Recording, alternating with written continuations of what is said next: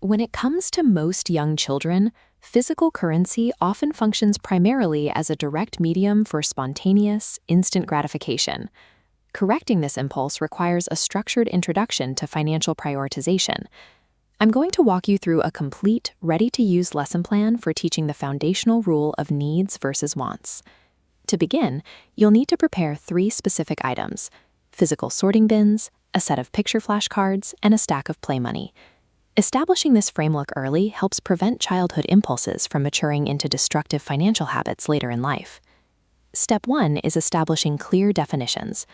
Needs are the non-negotiable essentials required for human survival and health, specifically food, shelter, and basic clothing.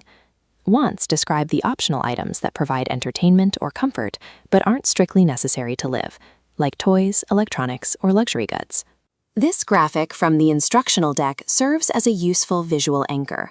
Point out to the class that because needs are essential for survival, they must carry more weight than wants when making decisions. Introduce the 3-bucket budgeting system. Display 3 containers labeled needs, wants, and emergencies. Instruct the students on the sequence of distribution. The needs bucket must be completely satisfied before any leftover funds spill over into the other 2. Providing this concrete visual helps elementary students grasp income allocation more effectively than abstract vocabulary alone. For step 2, place 2 physical bins at the front of the room labeled Need and Want, and distribute the picture flashcards to your students. Have each student walk up and place their card into the bin they think fits. Use a thumbs up or thumbs down from the rest of the class to validate each choice. During this exercise, you will encounter the gray area trap. Students often try to classify luxury brand items or chocolate as needs because they fall under the broad categories of clothing or food. This is a teaching moment. Explain that while basic nutrition is a survival need, sugar and specific brand names are optional wants. Physically sorting these items allows you to identify and correct these misconceptions before they lead to real-world spending errors. For the 3rd step, transition the class from theory into an interactive mock market day simulation. Set up various stations for groceries, housing, and toys, and distribute exactly $20 in play money to each student.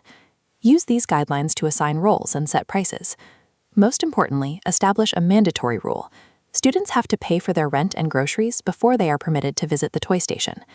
Because $20 is a finite amount, students will quickly realize they cannot afford every item available in the market. You will see students physically returning luxury items to the shelf so they can secure their survival necessities instead. Encountering these real-world limits moves students from identifying definitions to the active practice of delayed gratification. Once the market simulation is complete, the students' final purchases will show if they have successfully applied the concepts of prioritization. To extend the lesson, you can send an allowance tracking worksheet home so parents can reinforce these behaviors with real money. You can download the full instructional slide deck and printable sorting cards used in this plan via the link in the video description. By teaching this foundational rule of money management now, you are equipping the next generation with the tools for lifelong financial independence.